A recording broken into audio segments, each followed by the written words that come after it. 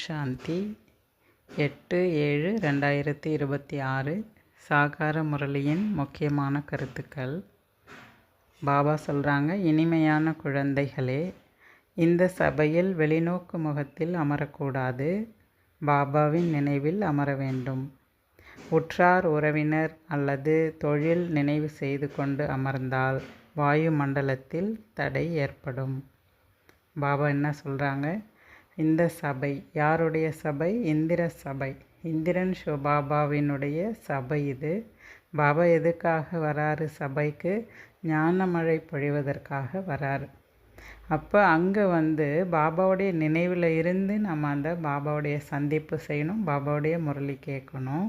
இந்த இடத்துல அமர்ந்து கொண்டு தேக உணர்வுக்கு உற்றார் உறவினர்களை நினைவு செய்வதோ அல்லது தொழில் போன்றவற்றை நினைவு செய்வதோ கூடாது அப்படின்னு சொல்கிறாரு. ஏன்னா அங்கே வாயு மண்டலத்தில் வீண் எண்ணங்களின் தாக்கம் ஏற்பட்டுடும்.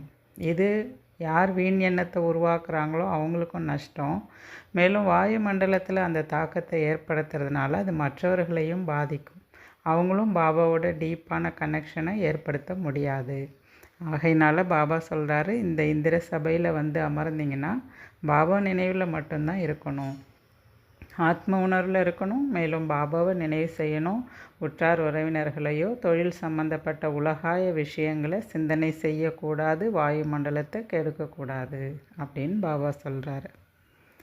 பாபா கேள்வி கேட்குறாங்க, மனிதர்கள் செய்ய முடியாத குழந்தைகள், உங்களுடைய ஆன்மீக ட்ரில்லின் விசேஷத்தன்மை என்ன?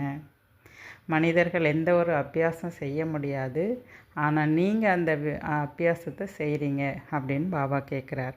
பதில், உங்களுடைய ஆன்மீக ட்ரில் புத்திக்கு உரியதாகும். அதனுடைய விசேஷத்தன்மை நீங்கள் நாயகிகளாகி தன்னுடைய நாயகனை நினைக்க வேண்டும். இதனை தான் கீதையிலும் கூறப்பட்டுள்ளது, மன்மனாபவ. ஆனால் மனிதர்கள் தன்னுடைய நாயகன் பரமாத்மாவை அறிவதே இல்லை என்றால் ட்ரில் எப்படி செய்ய முடியும்? அவர்கள் ஒருவருக்கொருவர் உடல் ரீதியான ட்ரில் தான் சொல்லி கொடுக்கின்றனர். அவங்க உடற்பயிற்சியை தான் சொல்லி கொடுக்குறாங்க. இங்கே ஆன்மீக ட்ரில், ஆத்மாவுக்கான பயிற்சி பாபா சொல்லி கொடுக்குறார். ஆத்மா புத்தி மூலமாக தன்னுடைய நாயகனை, அதாவது தன்னுடைய தந்தையை ஆத்மா நினைவு செய்து. இந்த ட்ரில் உங்களுடைய விசேஷத்தன்மை.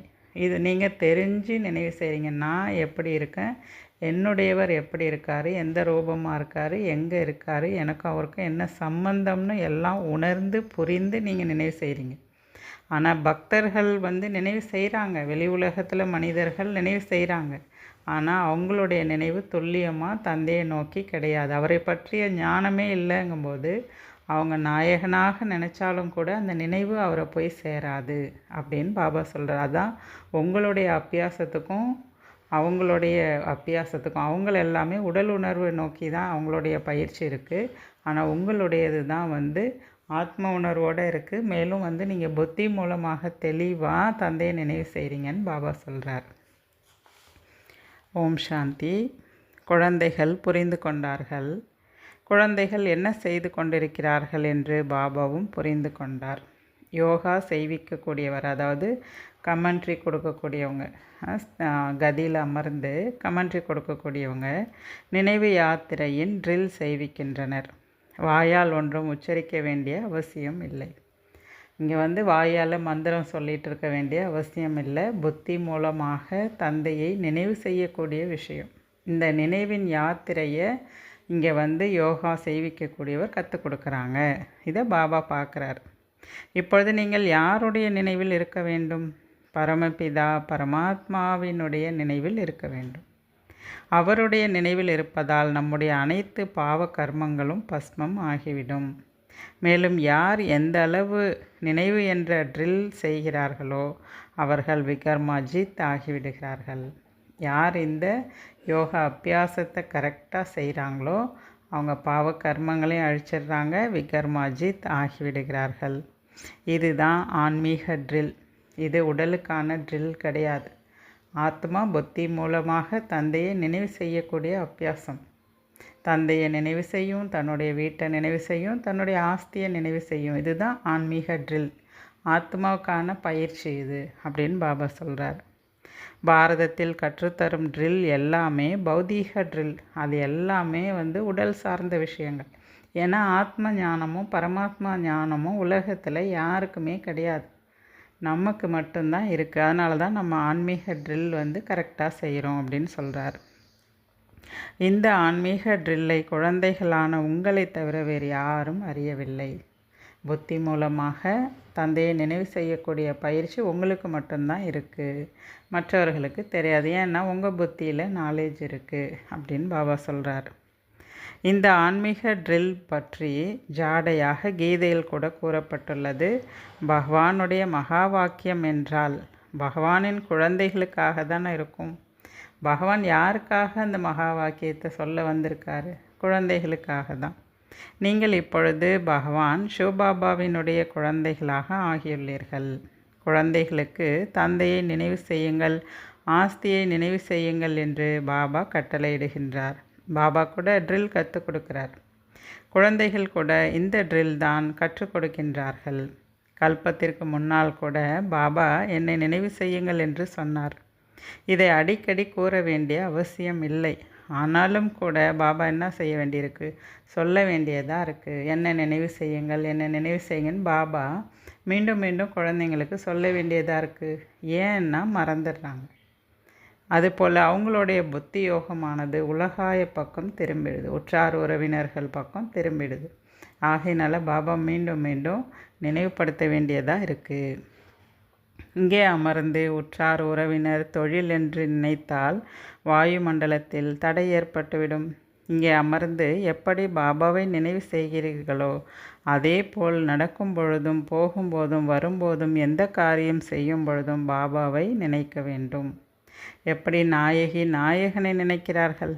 அவங்க வெவ்வேறு இடத்துல இருந்தாலும் அவங்க 2 பேரும் ஒருவரை ஒருவர் நினைவு செய்து கொண்டே இருப்பார்கள். அதே போன்று தான் நீங்கள் நடந்தாலும் சுற்றினாலும் எந்த காரியங்கள் செய்தாலும் புத்தி மூலமாக பாபாவை நினைவு செய்யணும்னு சொல்கிறார். அந்த நாயகியினுடைய நினைவு ஸ்தூலமானது, ஆனால் உங்களுடையது ஆன்மீகமான நினைவு.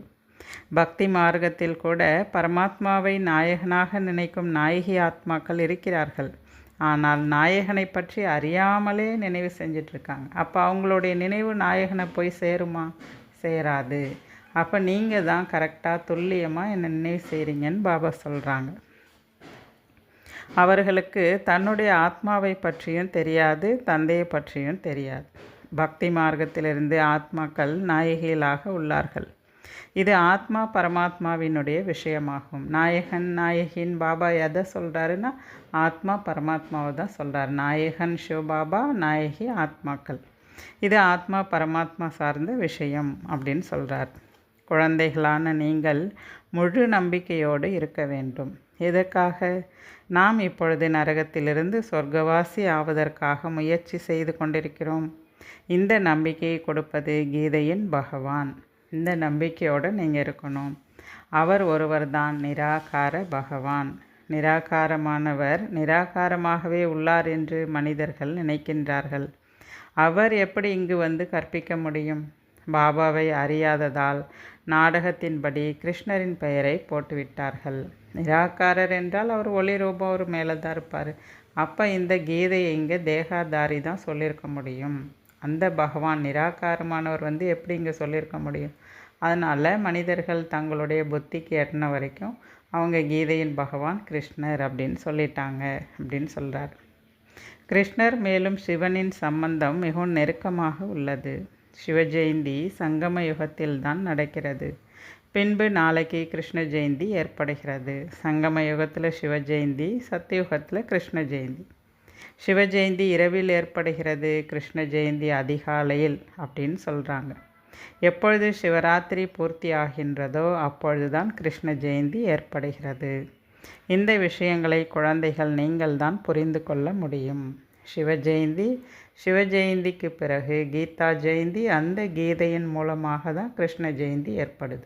இது உங்களுக்கு தான் தெளிவாக தெரியும்னு பாபா சொல்கிறார்.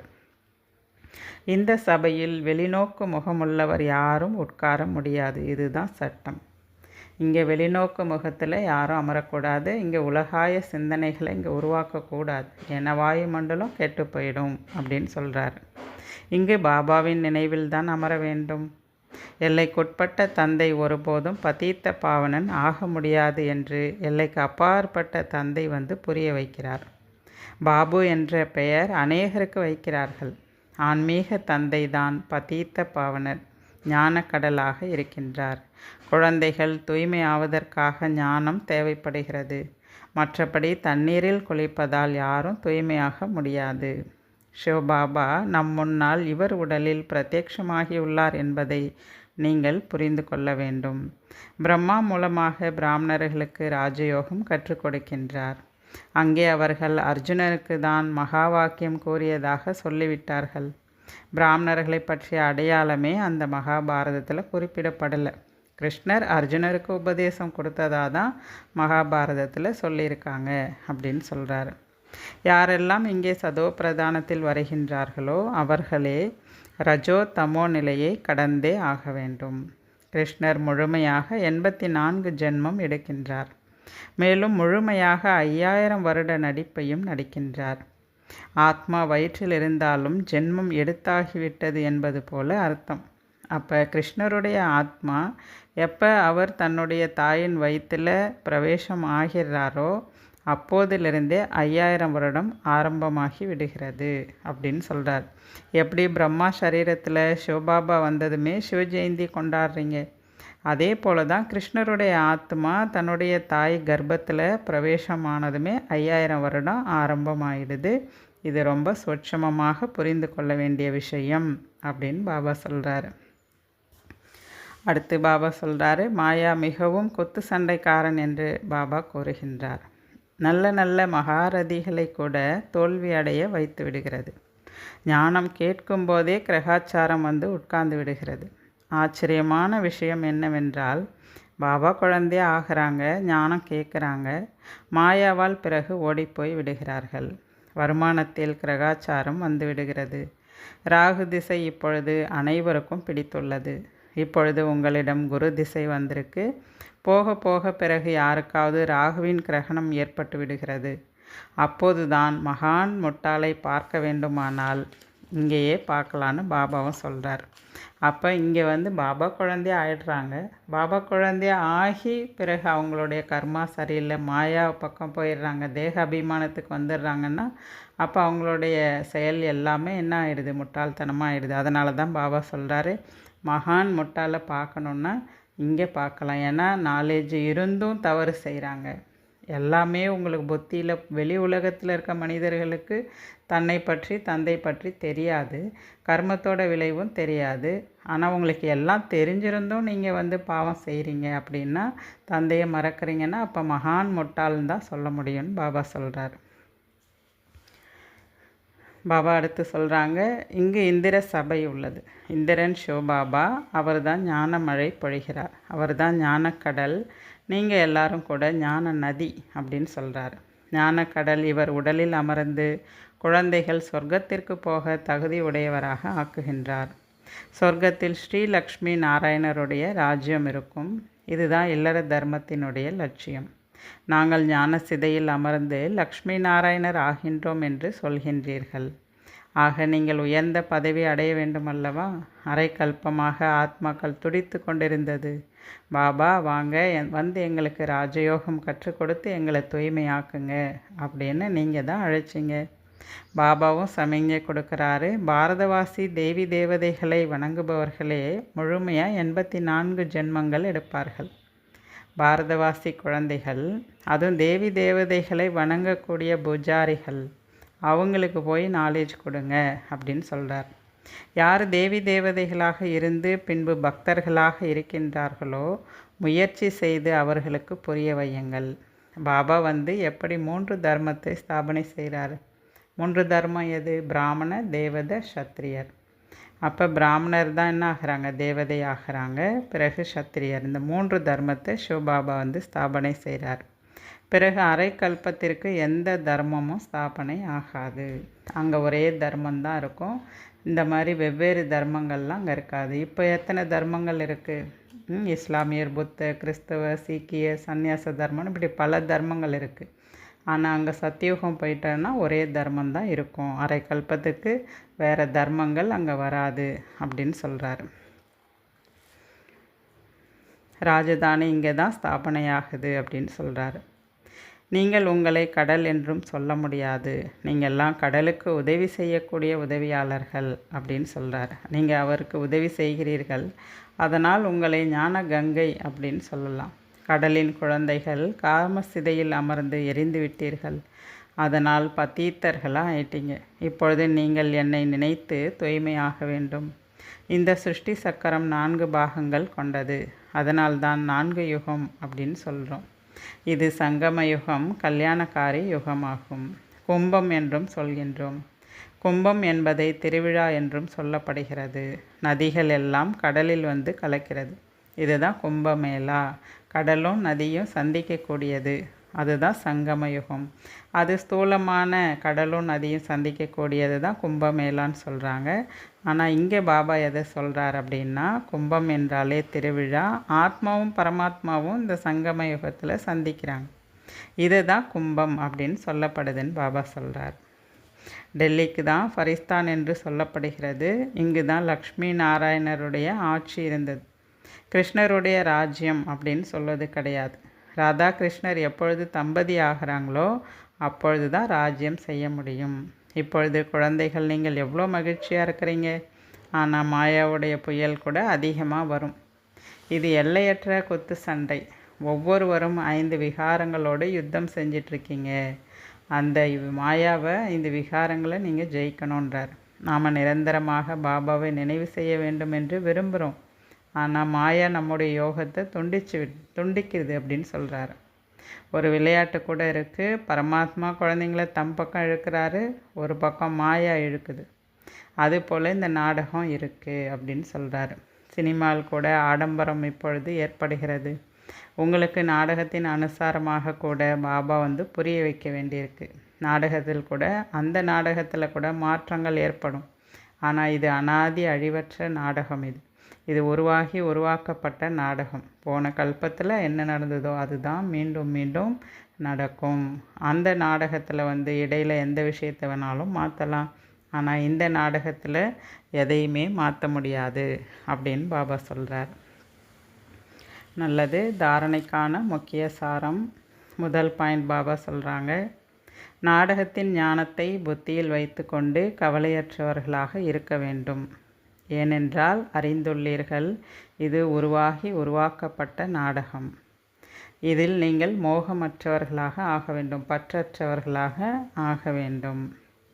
2வது பாயிண்ட் பாபா சொல்கிறாங்க, பாபா மூலமாக உங்களுக்கு குரு திசை ஏற்பட்டுள்ளது, இதை கவனமாக வைத்து கொள்ள வேண்டும். ராகு திசை உங்கள் மேல் பட்டுவிடக்கூடாது. எந்த ஒரு கிரகம் பட்டாலும் அதை ஞான தானத்தால் அழித்து விட வேண்டும். கிரகாச்சாரம் பிடிச்சா தானம் கொடுங்கன்னு சொல்லுவாங்க. அதே போல் இங்கே நீங்கள் எந்த தானத்தை கொடுக்கணுன்னா, நீங்கள் ஞான தானத்தை கொடுக்கணும். ஞானத்தை சிந்தித்து நீங்கள் மற்றவர்களுக்கு சொல்ல சொல்ல உங்களுடைய புத்தியில் மாற்றம் ஏற்பட்டுடும். நீங்கள் அப்புறம் பாபா நினைவில் இருப்பீங்க. ஞானத்தின்படி உங்களுடைய உங்களுடைய கர்மா இருக்கும். ஆகினால பாபா சொல்கிறாரு, உங்கள் மேலே ராகு திசை ஏற்படாமல் பார்த்துங்க, மீறி ஏற்பட்டுட்டால் ஞான தானம் செய்யுங்க அப்படின்னு சொல்கிறாரு. பாபா வரதானம் கொடுக்குறாரு. தனது மன இறுக்கத்தின் மீது கவனம் கொடுத்து உலகத்தின் டென்ஷனை முடித்துவிடக்கூடிய விஸ்வ கல்யாணக்காரி ஆத்மா ஆகுங்கள்.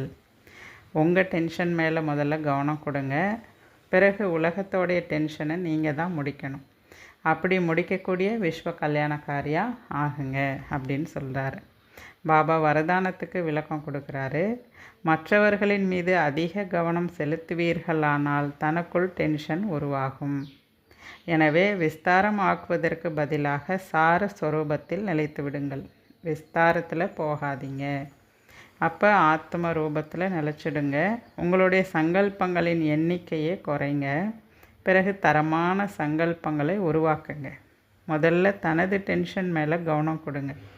நீங்கள் மற்றவர்களை பற்றி சிந்திக்க உங்களுடைய எண்ணங்கள் அதிகமாகும், பரசிந்தனாயிடும், நிறைய சிந்திப்பீங்க, வீணாக சிந்திப்பீங்க. அது எல்லாத்தையும் நிறுத்திட்டு உங்களுடைய ஸ்வரூபத்தில் சார ஸ்வரூபத்தில் நிலச்சிடுங்க. உங்கள் எண்ண ஓட்டங்களின் வேகத்தை குறைங்க. பிறகு சுத்தமான சங்கல்பத்தை உருவாக்குங்க. முதல்ல உங்கள் டென்ஷன் மேலே கவனம் கொடுங்க. அப்போது உலகில் உள்ள அநேக வித டென்ஷன்களை உங்களால் முடிக்க முடியும். மேலும் அனைவருக்கும் நன்மையும் செய்ய முடியும். முதலில் தன்னைத்தான் பாருங்கள். முதல்ல தனக்கு சேவை செய்யுங்க. பிறகு நீங்கள் மற்றவர்களுடைய சேவையை செய்யலாம். நீங்கள் கரெக்டாக இருந்தால் உங்கள் மூலமாக பல பேருக்கு நன்மை என்பது ஏற்படும். நீங்கள் விஸ்வ கல்யாணக்காரியாக இயல்பாகவே ஆக முடியும் அப்படின்னு பாபா சொல்கிறாங்க. பாபா ஸ்லோகன் சொல்கிறாரு, யோகத்தில் அனுபவம் செய்ய வேண்டுமானால் திடத்தாவின் சக்தி மூலம் மனதை கட்டுப்படுத்துங்கள். உங்கள் மனதை உங்கள் கண்ட்ரோலில் நீங்கள் வச்சுருந்தா யோகத்தில் விதவிதமான அனுபவம் உங்களால் செய்ய முடியும். அனுபவம் செய்யணுன்னா திடத்தாவின் அதாவது உறுதித்தன்மையினுடைய சக்தி உங்கள்கிட்ட இருக்கணும். உங்கள் மனம் உங்கள் கண்ட்ரோலில் இருந்ததுன்னா நீங்கள் விதவிதமாக அனுபவம் செய்ய முடியும்னு சொல்கிறார். அவ்யக்த இஷாரா, ஜுவாலா ஸ்வரூப ஸ்திதியில் இருந்து கொண்டு சக்திசாலி நினைவின் அனுபவம் செய்யுங்கள். ஸ்தாபனைக்கு நிமித்தமாகி இருப்பவர்கள் எவ்வளவு ஜுவாலா ரூபம் ஆகிறார்களோ அவ்வளவு விநாச ஜுவாலை பிரத்யக்ஷம் ஆகும். குழு ரூபத்தில் ஜுவாலாரூப நினைவு உலகத்தின் விநாச காரியத்தை நிறைவு செய்யும். இதற்காக ஒவ்வொரு சேவா கேந்திரத்திலும் விசேஷ யோகா புரோகிராம் நடந்து கொண்டே இருக்குமானால் விநாச ஜுவாலையை பரப்புவதற்கான காற்று வீசும். யோக அக்னியினால் விநாசத்தின் அக்னி எரியும். ஜுவாலையினால் ஜுவாலை கொழுந்துவிட்டு எரியும். உங்களுடைய யோக அக்னி மூலமாக தான் உலகத்தினுடைய அந்த விநாச நெருப்பு என்பது கொழுந்து விட்டு எரியும். உங்களுடைய யோகா அக்னி ரூபத்தில் இல்லைன்னா விநாசம் லேட் ஆகும். அதனால் உங்களுடைய யோகா தீவிரமாக இருக்குது, ஜுவாலா ரூபத்தில் இருக்குன்னா விநாச அக்னியும் மூல ஆரம்பிச்சிடும் அப்படின்னு பாபா சொல்கிறாங்க. நல்லது. ஓம் சாந்தி.